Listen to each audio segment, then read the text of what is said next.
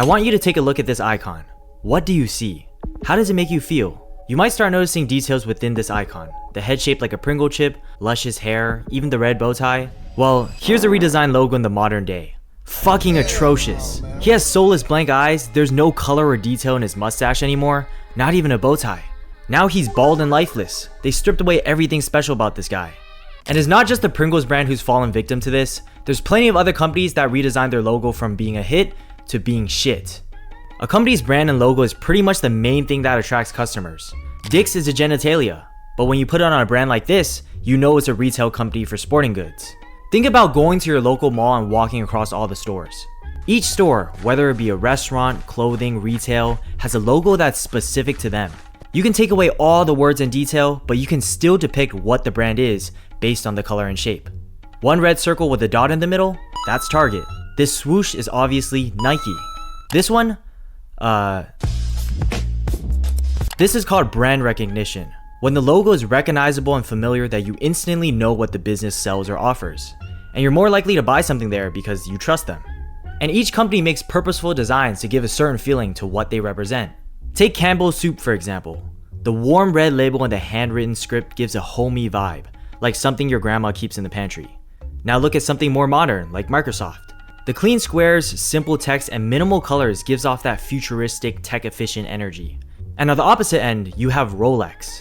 Their logo screams luxury with the serif font and sharp refined crown. Very different from the cartoonish Burger King crown. And all these companies have a unique and distinct look to them, which is why we get so disgusted when they decide to make changes to their brand. Petco had a very welcoming logo with a friendly font, Gumball and Clifford on the side. It really matched pets. But they decided to dump the two animals, change the color, and rewrite the font to look like some department store. Tropicana was another one who cursed themselves with a redesign. Their packaging consisted of an orange with a swirly straw jabbed inside of it. But in 2009, they attempted to change it to a cup of orange juice, and it was bad. It looked like some generic orange juice container you buy at like a grocery outlet. Their sales dropped by 20% and lost $30 million in 2 months after the redesign.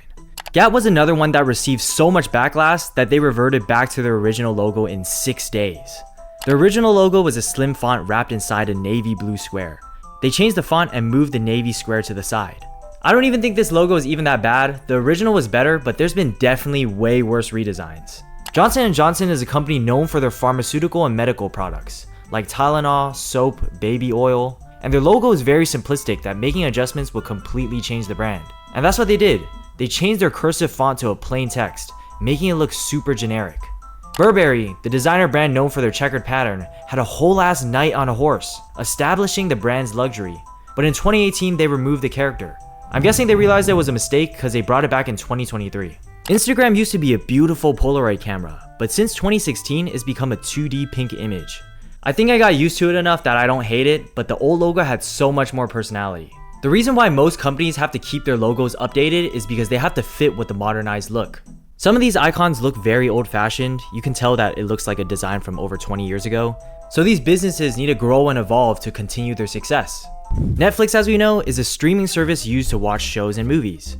But they originally started as a DVD rental service, where in the old days you had to go to a store, find a movie to watch, rent one of those discs, and put it in a DVD player to watch it. And their logo had a purple film around their text, which matched their product at the time.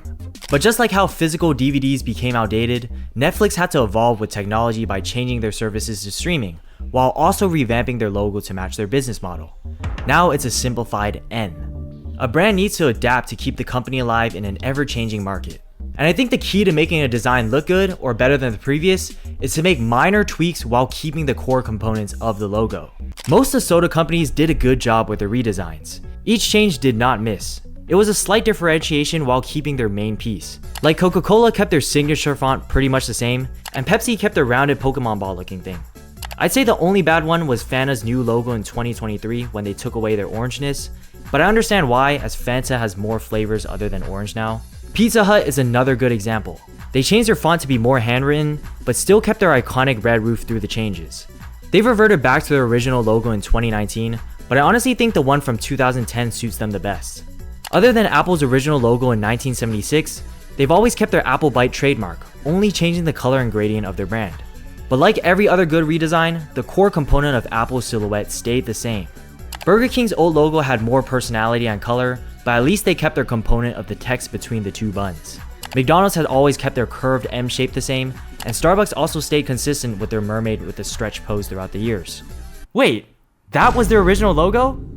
I'm glad they made it more PG. It did not make sense for a coffee shop.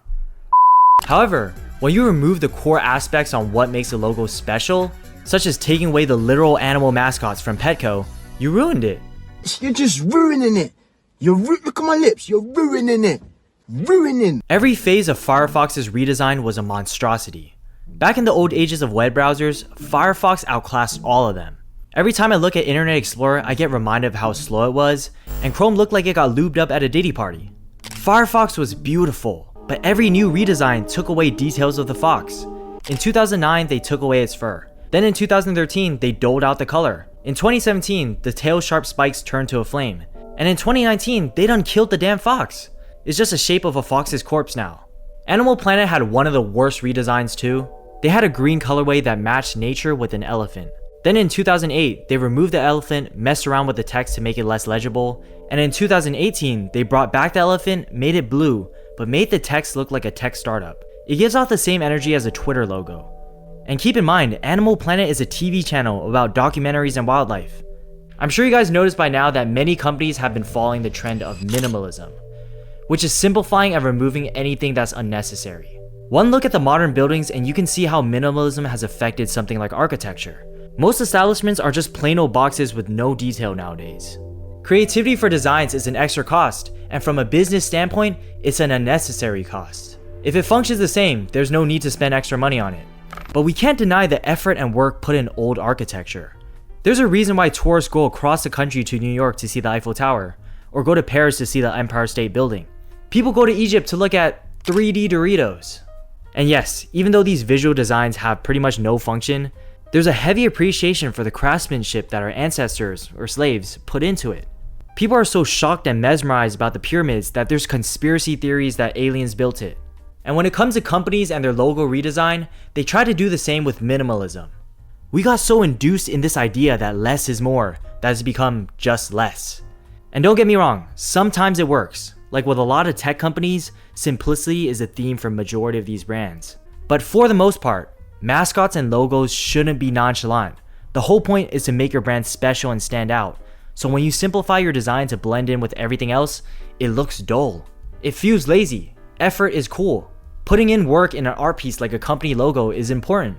Anyway, this kind of turned to a dumb rant, but like and subscribe if you guys enjoyed. We're still trying to hit 30k subscribers, and I will see you in the next video. Peace.